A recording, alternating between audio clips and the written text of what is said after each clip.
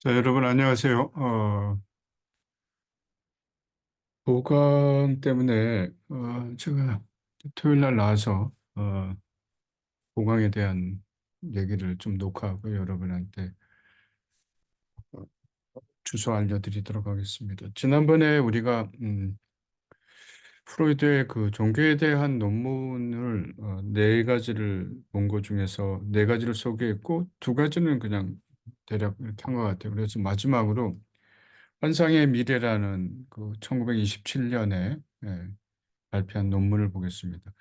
물론 프로이드가 그 50세 이상부터 이제 종교에 대한 관심을 많이 가졌어요. 뭐 인간이 한계라고 생각합니다. 또 그런 면에서 종교적이지 않는 인간은 없다고 생각을 해요. 자기 혼자 독자적으로 인생을 생각하기에는 우리에게 너무 한계가 있죠. 그래서 이제 환상의 미래인데 여기서 이제 환상이라는 거는 이 사람이 얘기하는 종교에 대한 정의입니다. 우리가 지난 금요일 날 종교에 대한 정의를 프로이드가 할 때 인류의 보편적인 신경 강박증 이렇게 얘기를 했어요. 두 번째 종교에 대한 정의는 일루전, 환상입니다. 없는 거를 만들어 놓고 그거를 통해서 이제 위안을 얻는 것들이죠. 자, 그렇게 하면서 이 사람이 이제 문명에는 두 가지 형태가 있다고 이렇게 봅니다. 뭐 객관적으로 보는 형태니까 1번, 2번은 괜찮다고 생각합니다. 자연에서 부를 추출하는 지식과 능력이 있고 그 추출한 부와 이 부들을 이렇게 어떻게 얘기하면 공평하게 분배하기 위해서 이제 법령 같은 것들이 필요한 거죠. 근데 이제 이렇게 공평하게 분배하기 위해서는 인간이 가지고 있는 본능적 욕구, 그러니까 내 중심적으로 생각하려는 그런 것들에 대한 포기들이 좀 필요한데 이 사람이 여기서 포기를 두 가지를 보겠습니다. 보편적 박탈인데 인류 초기에 있었건 문명이 발달하는 과정에서 있던 뭐 이분의 얘기를 인세스트에 대한 것, 식인, 살인 이런 것들이 이제 없어야지 된다. 문명이 발달하기 위해서. 그게 이제 점차 발전했고, 그다음에 이제 특정 개인, 뭐 어떤 그게 힘 있는 사람이 되든지 아니면 평범한 사람이 되든지. 왜냐면 문명이 자라기 위해선 그 사람들한테 그 개인이나 집단한테 특별한 요구를 해야지 된다고 생각을 하고 있습니다. 그때 이런 보편적 박탈, 이제 특별한 요구가 될 때 이제 문명이 이제 시작될 수 있다고 보는 거예요. 문명을 유지하는 데 중요한 자산이 아까도 여기 본 것처럼 초자아가 문명에 굉장히 중요한 이익을 가져두는데 그 초자아는 본능을 이제 컨트롤하는 것들이죠. 그래서 문명 그 유지의 중요한 자산으로 보는 게 프로이드가 이 논문에서 세 가지로 얘기했습니다. 일단 초자아. 초자아는 이제 도덕적인 것, 종교적인 것, 뭐 등등 그래서 본능적으로 살면 안 되는 이렇게 본능을 컨트롤할 수 있는 것. 그리고 그건 좀 중요하다고 생각을 해요. 우리가 본능적으로만 살 수는 없으니까. 그다음에 이제 구성원들이 갖고 있는 집단 이상, 좀 쉽게 얘기하면 이데올라지, 이념, 예술 이런 것도 굉장히 중요한 수단이 되죠. 공산주의나 뭐 민주주의나 집단적인 이념이 있잖아요. 그게 이제 문명을 일으키는데 더 활력소를 주고 물론 공산주의보다는 민주주의가 훨씬 더 낫죠. 그러나 민주주의도 또 한계가 있으니까. 그리고 이제 이렇게 되면은 이제 집단 이성들은 그 국가나 그 단체가 가지고 있는 이상들은 타 문명하고 이제 비교를 하게 된다. 그리고 이제 여기서 얘기한 예술은 인간이 가지고 있는 본능적 욕구를 이제 만족시키는 거예요. 지난번에 보니까 그 뷰티하고 어트랙션이 문명을 만들어낸다 그랬죠. 그죠? 그러니까 뷰티하고 어트랙션을 추구하는 가장 큰 이유는 에로스라는 본능이 이제 노골적으로 나타날 수 없기 때문에 우리 인간의 문명이 뷰티와 어트랙션을 추구하고 있다. 그래서 이제 뷰티하고 어트랙션이 녹아 있는 파트가 뭐 상당 파트가 예술 분야겠죠.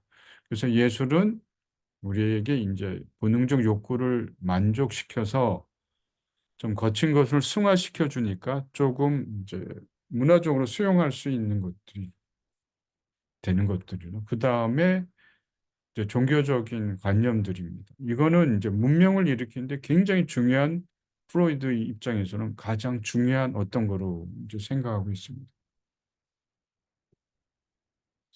제가 중요하지 않는 거는 좀 넘어갈게요. 그 정도만 하고 음 이제 프로이드가 이제 얘기하는 겁니다. 이제 다운표 첫 번째는 이제 프로이드가 얘기하는데, 내가 종교가 아무리 환상이라 그래도 실제로 신자들이 이제 뭐 그 영향을 미치는 것이 미미할 것이다, 이렇게 얘기하죠. 그러니까 프로이드가 갖고 있는 이제 주관적인 생각이에요. 지난번에 제가 이제 정진홍 교수 얘기도 했지만은, 서울대 종교학과 교수예요. 명예교수. 지금 석좌 교수로 알고 있는데, 난 그분이 한 얘기가 굉장히 좀 합리적이라고 생각해요. 이제 아나운서하고 인터뷰할 때 "하나님이 있다고 믿으세요?" 뭐 이렇게 비슷하게 질문을 했어요. 그랬더니 이제 그분이 하는 얘기가, "하나님이 있다고 믿고 생활을 하면은 그렇게 될 것이고, 그 하나님이 있다는 것을 경험하며 살아갈 것이고, 하나님이 없다고 생각하면 아마 그렇게 경험하면서 살 것이다." 이 말이 맞는 것 같아요. 프로이드가 자기가 갖고 있는 생각이 너무 주관적이고 확고하니까 "종교가 환상이다."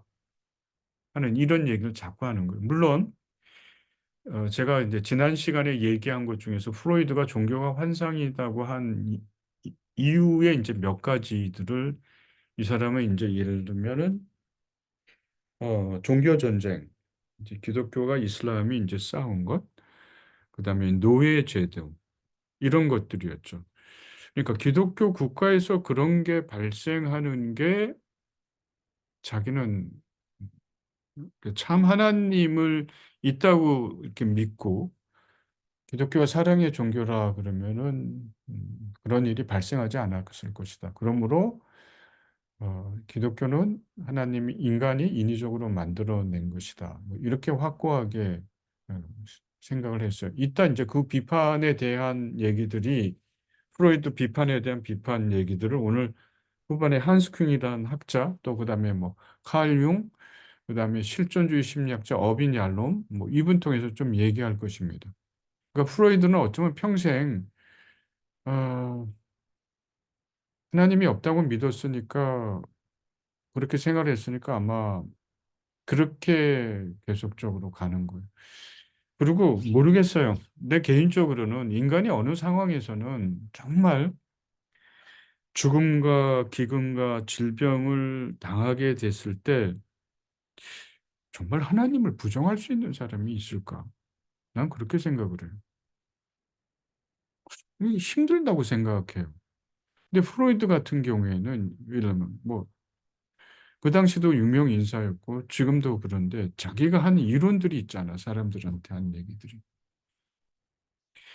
이 한 얘기들을 조금 수정되는 건 괜찮은데, 완벽하게 반대로 돌아가는 것들은 참 쉽지 않은 거예요. 내가 A라는 가설을 얘기를 했는데 어느 날 가서 완전히 B라는 가설을 얘기한다는 건 실은 쉽지 않은 거예요. 굉장히 큰 용기가 필요합니다.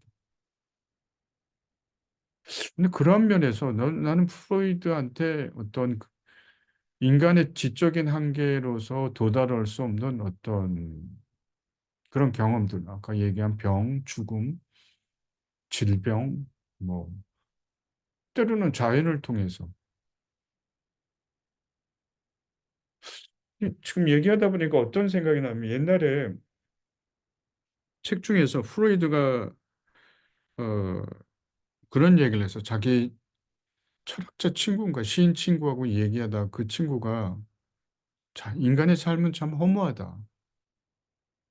왜냐면 어느 순간에 다 우리가 시간과 공간 안에서 살지만은 시간과 공간이 제한되니까 나이 들고 또는 병 들고 어떤 사고로 해서 다 죽어가니까 "인간이 산다는 것 자체가 허무하다." 그러면서 그 시인이 얘기했대요. 그러니까 프로이드가 그때 제가 그 써 놓은 걸 봤어요. 언제 한번 제가 발견하면은 어디 책에 있는지 모르겠는데 얘기할게요. "여보게 그런 말 하지 말게. 우리는 한계는 있지만은 이 한계가 있기 때문에 인생은 더 가치가 있고 아름다운 거네." 이런 거예요. 나는 그 얘기들이 어 이렇게 뭔가 깨달음, 뭔가 인간의 한계를 인정한다는 거는 또 한편에서 한계가 없는 세계를 동경한다든지 그 대상을 구한다든지 나는 그렇게 생각하거든. 그러니까 프로이드도 사람인데 왜 그러겠냐. 그냥 아프고 막 진짜 뭐 평생 구강암이 걸려서 뭐 30번 정도의 어떤 입원하고 뭐 수술을 했다는데 그때마다 자기 자신에 대한 인간이 가지고 있는 죽음에 대해서 생각을 왜 안 했겠어요. 그렇지만 자기가 내뱉어 놓은 말이 너무나 많으니까 확고하게 얘기하니까 그걸 번복하기가 굉장히 어려웠지 않았나? 뭐 저는 그렇게 생각합니다. 사람들이 두 번째 보죠. 정신 분석을 비난하지만은 "난 내 길을 갈 것이다." 그리고 네 번째는 "교육받은 사람들이 종교보다는 과학과 세속에서 길을 찾을 것이다." 예, 결국 인제 종교에 대해서 얘기하기는 어린아이가 아버지를 의존하듯이 유아증 극복이 인제 과제라고 생각합니다. 물론 유아가 갖고 있는 우리가 인제 유아를 보면은 실은 유아가 보면서 유아를 유치하다고 생각하지는 않아요. 갓난아기 보면서. 자기 엄마 아빠를 찾을 수밖에 없겠죠. 인간의 문명이 아무리 뭐 고귀하고 존귀하고 뭐 그렇다 그래도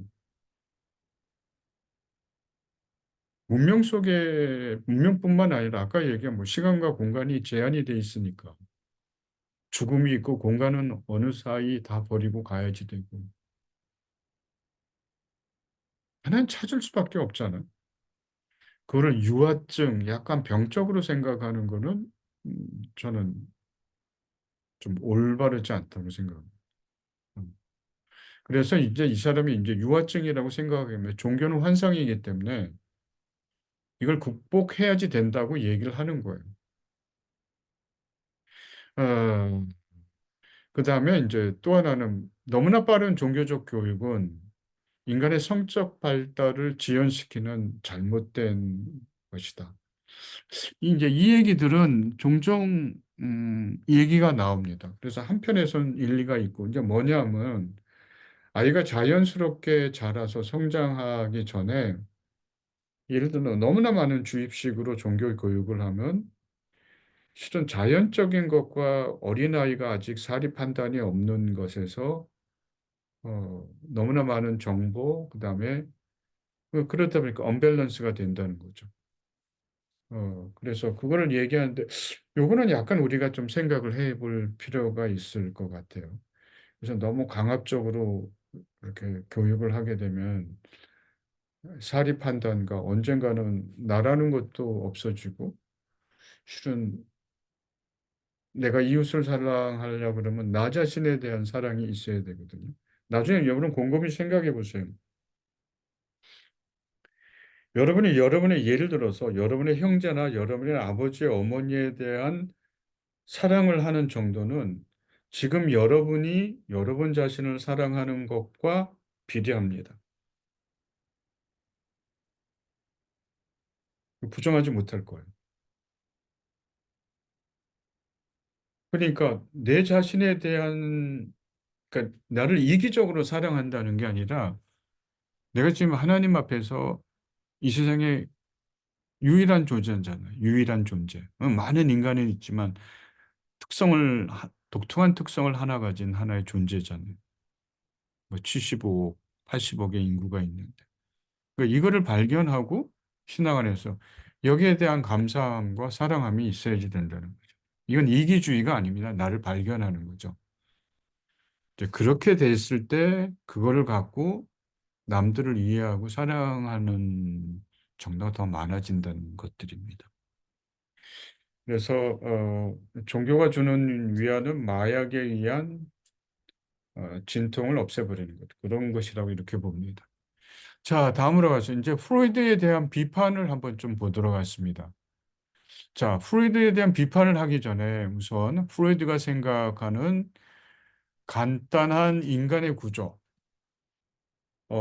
인간의 좀 보도록 하겠습니다. 일단 인간의 행동을 지배하는 것이 무의식적 욕구다. 그리고 무의식적 욕구인데 여기에 대해서 성장 과정에서 뭐 구강기, 항문기, 생식기 이런 것에 대한 만족감을 얻어야 된다. 예, 이 만족이 안 됐을 때 실은 문제를 일으킨다. 두 번째는 인간은 쾌락 원칙에 의해서 움직인다. 그러니까 자기 중심적인 것. 조금 더 적극적으로 얘기하면 에로스에 의해서 움직인다. 그렇죠. 그런데 이제 이 에로스가 본능이니까 본능이 너무 거칠으니까 이걸 현실에서 조금 합리적으로 취하기 위해서 현실 원칙을 따른다. 그래서 에로스가 현실 원칙을 따르는 게 뷰티와 어트랙션, 미와 어트랙션을 추구한다. 어, 그렇게 봤습니다. 다음으로 보죠. 여기 있죠? 그죠? 어, 또 한 번 얘기하는 거는 이제 프로이트가 당시에 이런 성에 대한 중심이 된 가장 큰 이론은 어떻게 보면 당시 비엔나 사회, 오스트리아에 갖고 있는 비엔나 사회가 갖고 있는 이제 풍속도, 이게 약간 뭐라 그럴까,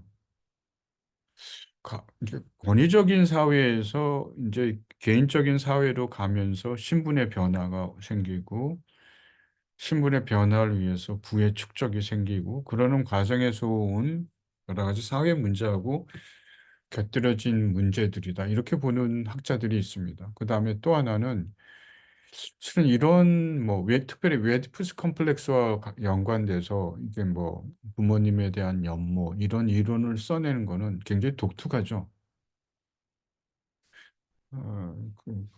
프로이드가 시초가 됐는데 이제 그걸 에러스적으로 표현하고 한 것들은 프로이드가 갖고 있는 가정 환경하고 연관이 될 것이다. 피터 게이라고 예일 대학 교수예요. 나도 이분 책이 있는데 한번 보여줄게. 잠깐 기다려봐요.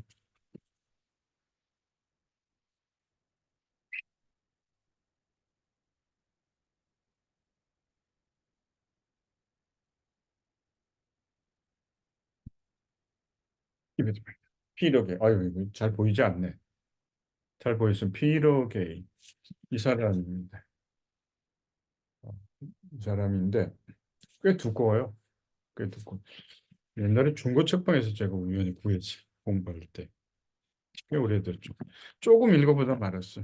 조금 읽어보다 말았는데 중요하다 그래서 그러니까 예일 대학 교수였는데 이제 프로이드에 대한 자서전을 이렇게 쓴 책입니다. 이제 이 책에서 우리가 그 리주터라는 학자를 얘기한 것처럼 한 사람이 하나의 사상을 얘기하고 어떤 주관을 얘기할 때는 자기가 살아왔던 환경, 부모와의 관계, 형제와의 관계가 굉장히 영향을 미치죠. 그럴 수밖에 없어요. 그죠?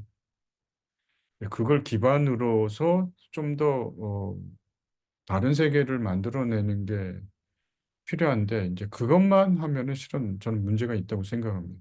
나와 여러분도 마찬가지예요.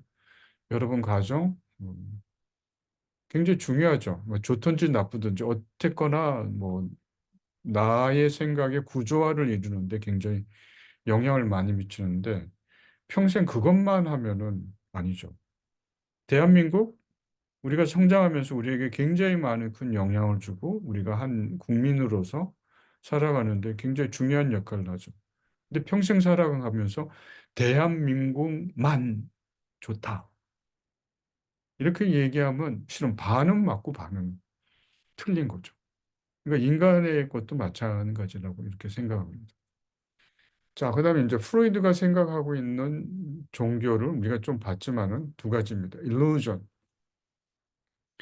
그러니까 뭐 인간이 갖고 있는 한계가 있으니까 이걸 만들어 놔서 뭐 자연의 위협, 사람의 위협 뭐 등등 이런 것들이 있으니까 이제 신이 있다는 illusion을 만들고 나서 뭐 아까 뭐 죽음에 대한 것도 있고 질병, 한치 앞도 못 보니까 그걸 만들고 나서 뭐 어떤 법령을 세우고 금기를 만들어서 이제 신이 있다고 생각을 하는 거예요. illusion. 어. 그렇게 이제 이 사람이 생각하면 illusion입니다. 그래서 종교는 아주 유아적이고 현실적으로 보면 되게 이상한 거. 그다음에 인류의 보편적인 신경 강박증이다. 신경 강박증하고 뭐 종교 의식하고 차이점과 그다음에 비슷한 점을 지난주에 했겠죠. 요렇게 되어 있습니다. 이 여기에 대한 비판을 보는데 제가 원래 인제 한스 퀸 여기 퀸에 유자에 우므라이트 위에 점점이 있는데 내가 이거 우므라이트를 어디서 찾는지 잘 모르겠어요. 그래서 못 찾았어요. 그다음에 인제 칼 융이라는 다음 주에 발표할 분들을 얘기 칼 융의 비판. 그다음에 우리 책의 후반부에 나온 어빈 얄름입니다. 이제 칼 융이란 분은 실은 프로이드보다 17살 정도 어리고 이분이 실은 프로이드가 있었던 초기 정신 분석 학회에 있었습니다. 그렇지만 나중에 뜻이 맞지 않아서 탈퇴를 했고 어빈 야름 지금 살아 계신데 음 지금 94 세세요. 94세 정도. 스탠포드 대학의 정신과 의사였고 지금 명예교수로 있습니다. 음 저도 개인적으로 이분 되게 좋아해요. 자, 한스 퀸이라는데 이게 인제 제가 우리 여러 번 책 읽으면서 소개한 책 중에서 독서 과제로 했으면 좋겠다는 게 프로이드와 신의 문제라는 거예요. Freud and the Problem of God. 그러니까 한스 퀸인데 이분 인제 몇 년 전에 작고하셨어요. 어 근데 인제 앞으로는 뭐 신학할 사람뿐만 아니라 여러분 인제 대부분 교회 교회하고 연관 지어서 살아갈 거 아니에요. 살아있는 3대 신학자라고 얘기를 하는 거예요. 그러니까 한국하고 특별히 유럽 쪽하고 미국 쪽하고 신자들이 갖고 있는 그러니까 대부분의 신자가 갖고 있는 특색이 저는 다르다고 생각을 해요. 한국은 좋게 얘기하면 되게 복음적인 거고 제가 느끼는 유럽과 미국은 복음적인 교회도 있겠죠. 그런데 되게 합리적이고 지성적인 걸 많이 추구해요. 이분이 인제 얘기해 주면 신학자인데 왜 프로이트의 얘기를 꺼내겠어요. 그러니까 서방에서는 신학자들이 이런 역할을 한단 말이에요. 신학이 예를 들어서 뭐 조직 신학 그러면은 뭐 하나님론, 교회론 뭐 이렇게만 아니라 이 사람 조직 신학자인데 프로이트의 문제를 다루는 거 왜냐하면 프로이트가 워낙 유럽 및 미국 세계에서 중요한 역할로 해서 사람들이 여기에 훅훅 막 빠져들어가고 이 사람을 신봉하는 거예요. 그럼 신학자로서 이게 뭔가에 대한 고민을 하는 거예요. 내가 오늘 이 책을 여기는 안 썼는데 이 얘기가 나왔으니까. 나중에 배울 때 폴 틸리라는 사람을 배울 겁니다. 하버드 대학, 시카고 대학의 교수였어요. 오늘 강의가 길어지겠는데 빨리 하려고 그랬는데. 여하튼 뭐 말이 나오니까 계속해 보죠. 1차 세계 대전이 끝난 이후에 독일 사회에서 1919 년에 대학에서 신학과를 다 없애버리자는 독일 사회의 민족들이 갖고 있는 공통 분모가 생겼어요. 신학과를 다 없애버리자. 여러분 1570 년대에 마틴 루터가 종교개혁을 일으킨 국가이고 그게 기초가 돼서 독일이 기초가 돼서 이제 개신교가 오늘까지 왔습니다. 이 사람이 고민을 한 거예요. 당시 인제 근데 베를린 대학에서 이 세미나를 했는데 "왜 독일 사람들이 신학과를 없애버리려고 하느냐."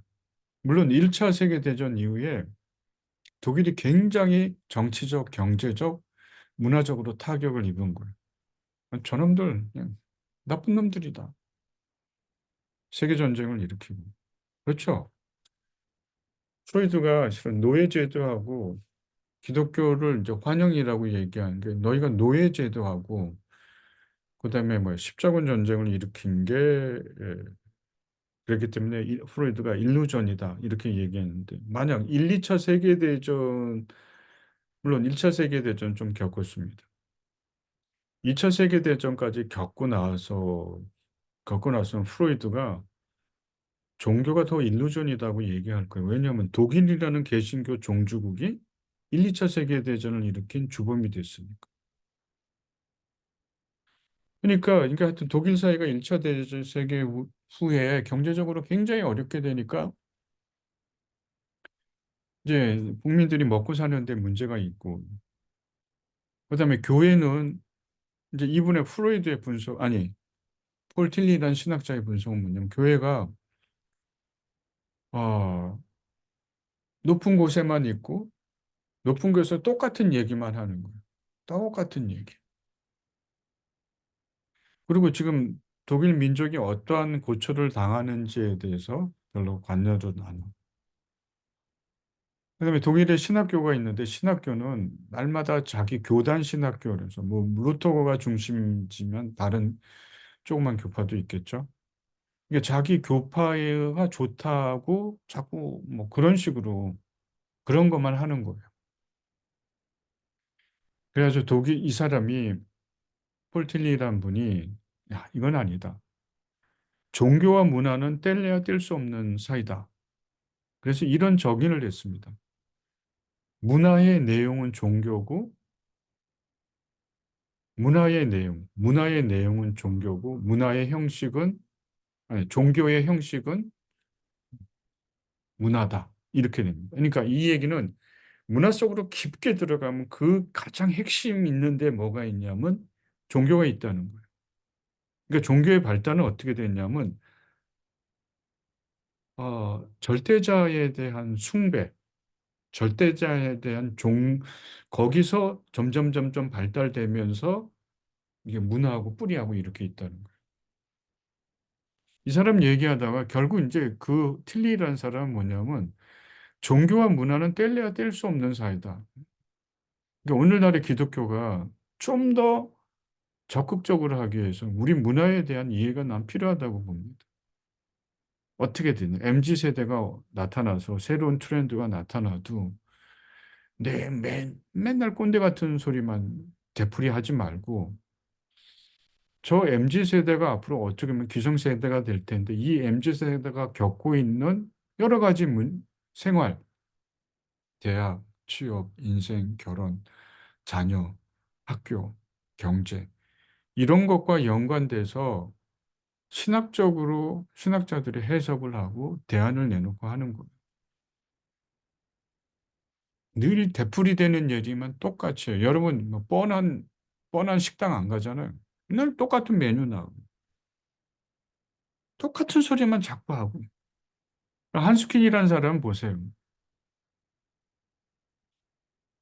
프로이드가 도대체 누군데 우리 이 20세기에 사람들의 마음을 흔들어서 성이 우리의 중심이고 신의 자리에 성이 있다. 이런 여기에 휘둘르고 있는 신학자로서 사명감을 느낀 거예요. 그래서 하는 거예요. 그래서 우리가 복음적인 것을 나쁘다고 하는 건 아니에요. 실은 복음적인 거하고 이성과 합리는 저는 이렇게 좀 이렇게 밸런스가 되는 게 굉장히 좋다고 생각합니다. 그러니까 우리 평신도들도 그렇고 너무 이성적이고 합리적이고 그런 것들에 대해서 좀 미약한 것 같아요. 그러니까 책을 잘 안 읽고 생각을 잘 안 해. 그러니까 이게 하여튼 서구의 좋은 점을 우리가 좀 배워야 될 거죠. 자, 이제 이분이 이제 비판한 겁니다. 인간의 무의식 세계에 대한 소개를 해서 이건 굉장히 흥미로운 거다. 예전에 기독교에서 알지 못했던. 실은 우리가 행동을 할 때 무의식에 사로잡혀서 행동하는 사람 많이 있죠. 지금 오늘날의 이제 심리학은 여러 정신질환의 가장 큰 핵심에 무의식에 대한 문제가 있고 그게 실은 원초적인 부모와의 관계 속에서 갖고 있는 어떤 문제가 도사리고 있다 이 얘기입니다. 자, 그다음에 프로이드가 얘기한 에로스는 과거에 숨어 있던 것을 공론화시킨다는 거예요. 예, 에로스가 뭐 사랑, 노골적으로 하면 성인데 굉장히 중요한 거예요. 그렇잖아요, 여러분. 지금 MZ 세대를 뭐 데이트하는 분도 있고 결혼 계획하는 분도 있고 등등 있는데 이분의 얘기대로 문명의 핵심은 에로스고 사람과 사람 간의 에로스. 나는 중학교 3학년 때 남녀공학이었거든요. 내가 3학년 4반이고 옆반이 3학년 5반인데 그 3학년 4반까지 남자 반, 3학년 5반부터 8반까지는 여자 반이었어요. 중3 때 황순원 씨가 쓴 소나기라는 단편 소설이 이제 국어 교과서에 실렸어요. 여러분도 읽어봤는지 모르는데 시골 소년이 이렇게 사는데 그 마을에 도시에서 온 도시 소녀가 온 거예요. 그래서 둘이 이렇게 뭐 얘기하면서 지내고 뭐 스토리 뭐 아주 메인 중요한 건 다 잊어버리는데 근데 뭐 이 소녀가 너무 아파서 뭐 업고 이렇게 막 가고 업어서 어디 아니 길거리 나갔는데 이제 시골 이렇게 들판으로 나갔는데 비가 많이 와서 아프거나 뭐 이래서 업어서 이렇게 비가 안 오는 곳으로 들어가고 그러는데 그때 내가 그 교과서를 읽으면서 가슴이 콩닥콩닥 막 뛰었던 기억이 아직도 나요. 누가 만들었어요? 하나님이 만든. 근데 이거를 실은 전통적인 기독교에서는 이걸 다 그냥 무시했단 말이에요. 하면 공론화시키면 안 되지. 근데 실은 세상에서 가장 중요한 것 중에 하나. 여러분 부부싸움을 하거나 뭐 여러분의 아빠 엄마가 다 중년일 텐데 중년에 있어서도 가장 중요한 문제 중에 하나가 실은 에로스에 대한 얘기, 부부 관계에서. 근데 이걸 공론화시켰어요. 끄집어낸 거예요. 기독교에서 밑바닥에 드러나고 얘기하면 안 돼. 막 넘어 뭐 이렇게 되는데 이걸 이제 수면 안으로 이렇게 된 거예요. 그래서 이제 에로스는 우리가 어떻게 생각하면 억압의 대상이 아니라 억압만 할 대상이 우리가 함께 생각해야 될 대상이라는 거예요. 그러니까 이거는 프로이드가 기여한 거라 무의식 기여하고 그렇죠. 그다음에 이제 프로이드에 대한 종교에 대한 얘기입니다. 종교에 대한인데 프로이드가 예를 들어서 지적 정직성과 비판적 합리성을 종교에 대해서 기독교에 대해서 지적한 것은 수용을 해야지 된다는 뭐냐 하면 프로이드가 얘기한 거예요. 읽어봅니다. 만일 이게 단락이 너무 딱 달라붙어서 만일 보자. 종교적 교리의 진실성을 그것을 증거하는 몇 사람의 내적 경험에만 의존한다면 그런 희귀한 경험을 하지 못한 대부분의 사람에게 무슨 의미가 있는가? 우리는 누구나 각자가 소유하고 있는 이성이라는 재능을 활용할 필요가 있다. 그러니까 종교적 교리에 대한 얘기를 하는데 이 교리가 예를 들어서 뭐 교황청에 의해서 어떤 특수한 위치에 있는 집단에 의해서 합리화가 되는 거예요. 얘기한 대로 지난번에 얘기했죠. 성모 승천설, 성모 동정녀 탄생설 이런 거를 프로이드가 태어나기 전에 몇 해 전에 이런 걸 하니까 그렇게 했으면은 몇 사람의 경험에 의해서 그게 결정이 된다면 그런 경험을 하지 못한 사람들에게 그게 무슨 의미가 있느냐. 그러니까 실은 합리적이지 않다는 얘기. 합리적이지 않다는 거예요. 그러니까 이런 지적 정직성과 비판적 합리성을 이제 우리가 수용해야지 된다는 거예요. 그래서 이분의 책에 보면은 개신교와 여러분 지금 이 책 읽고 있는 중일 거예요. 개신교와 카톨릭에 대한 비판을 여러 가지 하는데 카톨릭에 대한 비판은 두 가지입니다. 왜 수녀들이 신부의 역할을 하지 못하도록 하느냐 이런 거. 여성 차별에 대한 얘기라는 거. 오늘날 같은 시대에 맞겠죠. 그다음에 두 번째는 교황의 칙령을 뭐 신의 경지에다 이렇게 올려놓은 거예요.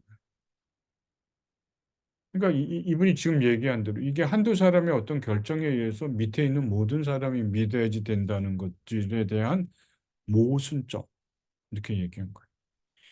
개신교에 대해서 비판하기에는 성경을 너무 권위적인 위치에 올려놨다는 거예요.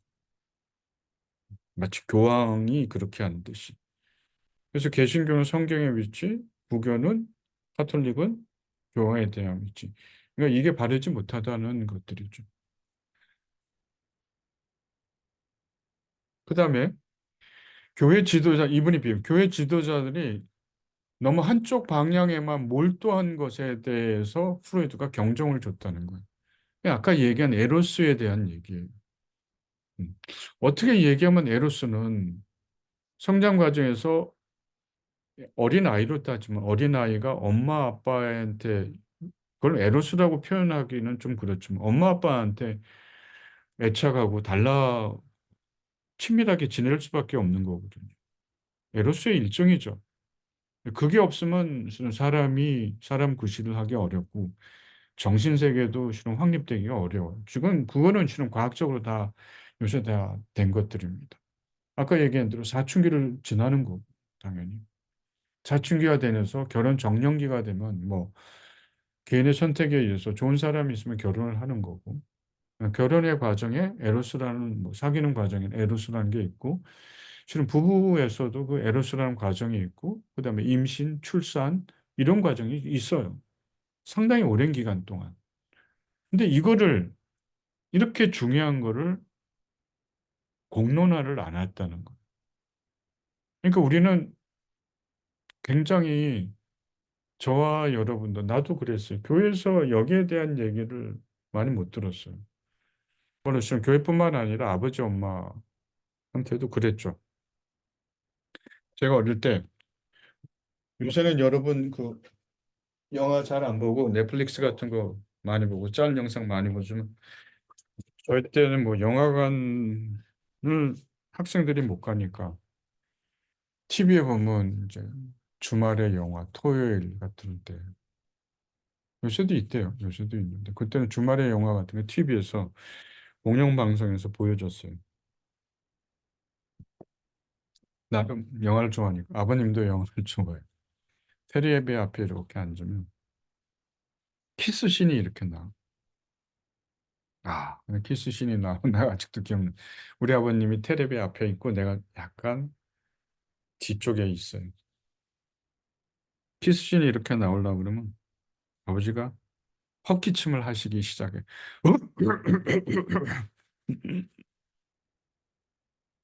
그럼 나는 키스신이 나오려고 그러면 눈을 이렇게 내리고 뭐 이렇게 딴청하는 듯.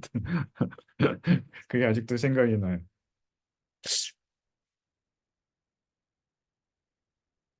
지금의 키스신 나오는 게 아무것도 아니지만은 그 당시에는 그게 큰 거였죠. 근데 참 그러니까 이분의 그 한스 퀸의 얘기는 참 에로스가 우리에게 그렇게 중요하고 그런 건데 이걸 무작정 억압하고 말 못하게 하고 언급해서는 안 될 거로 이렇게 하는 게 이 실은 바른 거는 아니다는. 그렇다고 뭐 노골적으로 이걸 드러내서 뭐 한다는 것도 문제가 있죠. 그러니까 공론화를 시켜서 자녀와 부모 간의 이야기를 하고 형제들끼리 이야기도 나눌 수 있고 우리 교회로 얘기한다면 건강한 복음 안에서 이런 것도 서로 터놓고 얘기를 해서 좀 위로도 받고 나의 방향성도 정하고 그러는 게 실은 맞을 것 같아요. 자, 다섯 번째로 이분이 얘기합니다. 억압이 성적인 문제를 만드는 것이 아니라 그러니까 프로이드가 얘기하기는 결국 이 비엔나 시대 프로이드가 살았던 시대에 억압이라는 거 우리가 지난번에 방어 기제 배웠죠. 리프레션. 현재적으로 수용하지 못하니까 억압하는 거예요. 이 억압하는 것들이 성적 문제를 만드는 게 아니라 현대는 억압을 하지 않는데 성적 문제가 더 많다는 거예요. 그렇죠. 지금 잘 억압을 하진 않잖아요. 근데 그 당시보다는 비엔나 시대보다는 지금이 더 많아요, 사건 사고가. 그래서 이거는 억압의 문제가 아니라 훈련의 문제라는 거예요. 훈련, 컨트롤을 어떻게 하나. 그 훈련의 문제 우리가 소홀히 했기 때문이지 거기에 포커스를 맞춰야 된다는 정확하죠? 그렇잖아요.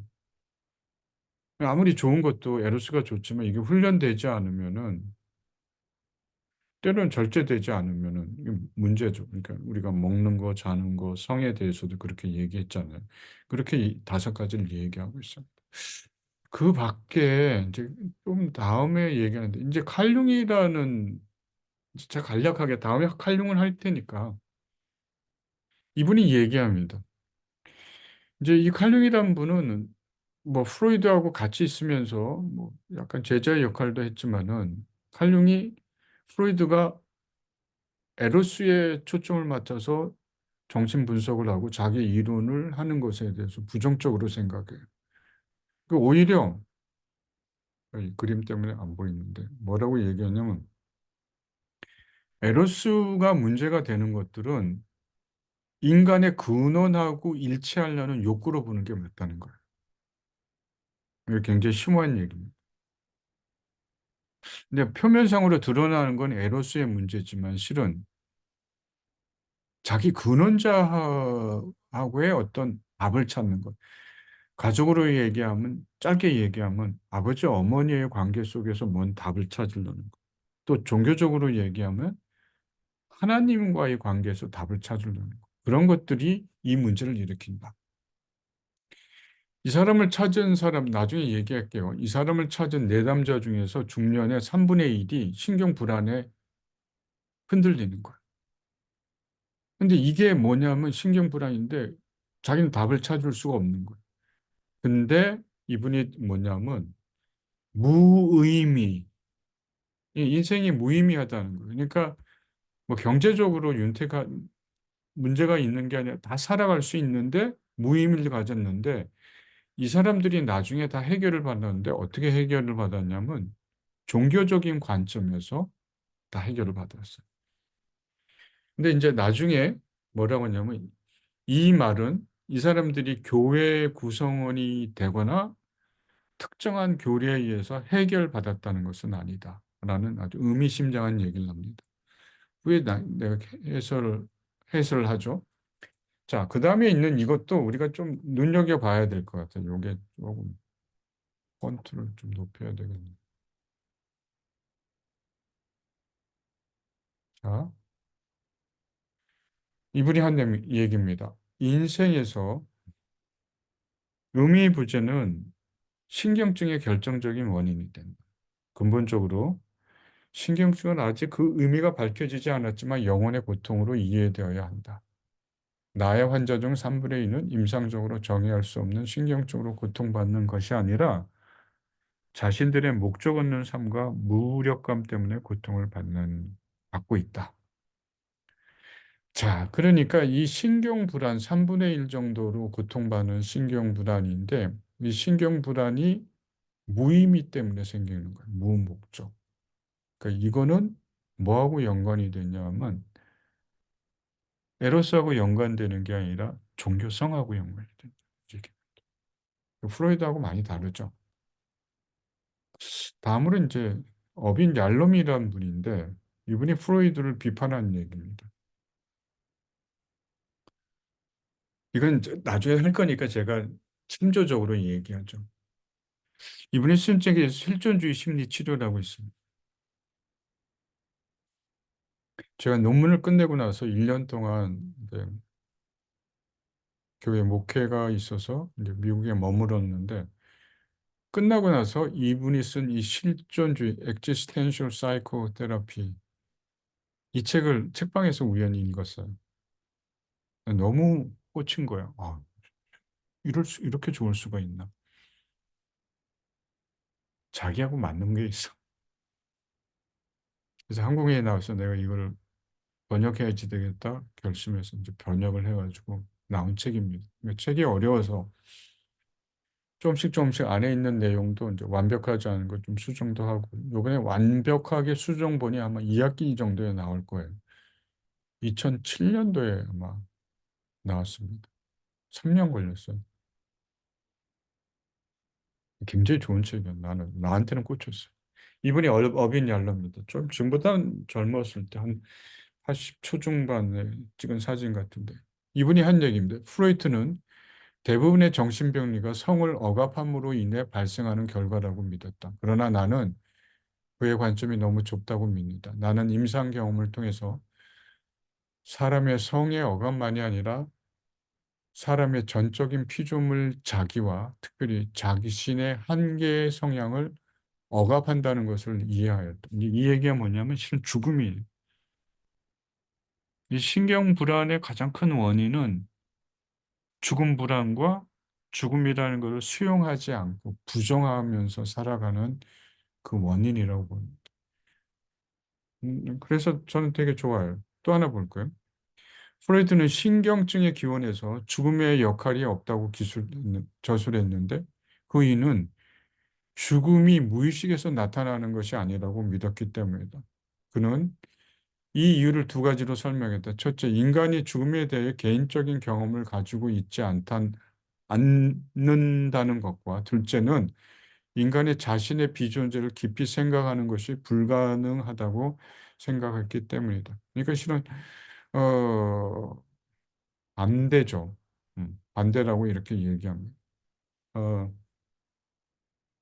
그래서 이분이 얘기하는 거는 죽음 불안이라는 것은 정신병리 신경불안의 근원이 된다. 아까 이 사람은 프로이드는 에로스를 억압함으로 생긴다 그러는데 실은 이게 죽음 불안을 수용하지 못하기 때문에 생각. 그다음에 성에 대한 집착은 어떻게 보냐면 어, 에로스를 억압한 게 아니라 죽음 불안에서 발생하는 거라고 이렇게 봅니다. 나중에 자세하게 얘기할게요. 그래서 죽음과 삶은 상호 의존적이고 동시에 존재하면서 느끼면서 살아가야지 된다. 그래야지 삶이 균형을 잃지 않는다는 거야. 난 되게 맞는 얘기라고 생각하거든요. 한번 이렇게 볼게요. 나중에 어떻게 제가 기회가 되면 책도 한번 쓰고 싶어요. 지금 한국 사회가 2000년대부터 훅 자라면서 지금 뭐 정점을 향해서 자꾸 가고 있고 세계적으로 인정받는 분야가 여러 가지 생기고 퀄리티도 뭐 좀 좋아지고 그랬는데 한편에서는 세계에서는 각광을 받지만은 내부적으로는 얘기 드린 대로 여러분과 같은 청년들 국민 내부로는 실은 아우성이에요. 못 살겠다. OECD 국가에서 청년층의 신경 불안이 가장 많은 국가이고 자살률 1위고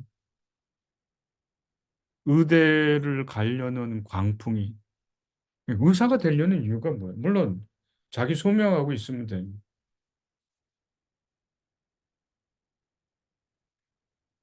평생 넉넉한 직업을 갖고 경제적으로 갖고 그렇게 살려는 게 목적이 아닌 거예요. 오케이. 자기의 소명이 직업 의사하고 연관이 돼 있으면 가는데 이게 돈하고 연관이 돼 있어. 그게 의사뿐만이 아니라 우리가 어떤 직업을 가질 때 그게 돈이 가장 핵심이 되면은 나는 그건 또 문제가 있다고 생각해. 돈이 가장. 그래서 아담 스미스라는 그 국부론의 저자, 영국의 경제학자였죠. 그분도 얘기하기를 돈이 인간 중심에 들어오면 모든 기초가 흔들린다. 이런 표현을 했거든요. 밖에서는 칭찬하고 난리예요. 오징어 게임. 가을에 나온다 그러는데 나도 한번 보고 싶고. 영화 잘 만들대요. 파묘도 한번 봤는데 영화 잘 만들대. 난리예요. 근데 내부적으로는 죽겠다고 아우성이잖아, 실제로. 그게 왜 그럴까를 생각하면 이 사람의 얘기를 한번 참조해 봅니다. 다들 죽음을 발로 차고 밖으로 오는 거야. 살고자 발버둥 치는 거야. 그러니까 균형이 무너지는 거야. 언밸런스 되는 거야. 나중에 이분 얘기할 때 제가 구체적으로 이렇게 되면 어떤 거냐면 인생이라는 거는 자전거로 비유하면 두 개의 바퀴가 있는 거야. 삶의 바퀴, 죽음의 바퀴. 이 두 바퀴가 이렇게 굴러갈 때 스무스하게 굴러가는데 죽음을 떼버리면 한 바퀴 갖고만 가는 거야. 바퀴 하나만 가고. 휘청휘청거려. 이분이 또 이런 얘기면 동전의 양면이라는, 그러니까 동전이라는 거는, 돈이라는 거는 뭐 지폐도 마찬가지예요. 앞이 있고 뒤가 있는 거예요. 근데 그중에서 앞은 있고 뒤가 없는 거예요.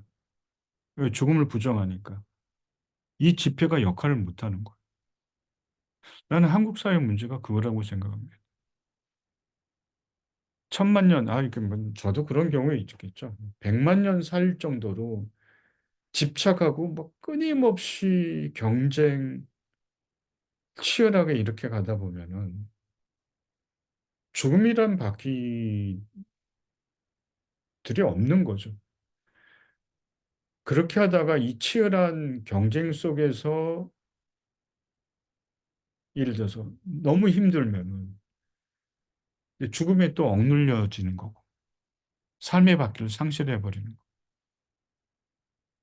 그래서 나는 앞으로 여러분이 뭐 신학을 하거나 혹시 상담을 해도 이분의 이유를 되게 참조를 많이 했으면 좋을 것 같아요.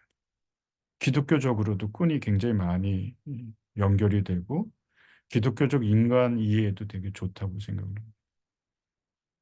자, 요렇게 해서 제가 보강을 마치겠습니다. 굉장히 내가 좋아하고 이 어빈잘론 되게 좋아하는 분이에요. 그래서 보면 이분 책 작년에 책 하나 번역돼 있습니다. 죽음 불안과 인간 이해, 어빈 얄롬의 죽음 불안과 인간 이해. 이런 책이 있을 거예요. 아주 관심 있는 분 한번 좀 살펴보시면 좋을 것 같아요. 자, 오늘 이 정도 하겠습니다. 주말인데 제가 지금 오피스에 나와서 이렇게 하고 있는데 아침에 차가 들어와서 세차를 했거든요. 세차하고 딱 갖다 놨더니 밖에다 놔뒀더니 비가 오기 시작하는 거예요. 차가 엉망이 됐어. 인생이 그런 것 같아요. 자, 잘 지내시고 어, 화요일 날 화요일 날 반갑게 뵙겠습니다. 안녕. 마치겠습니다.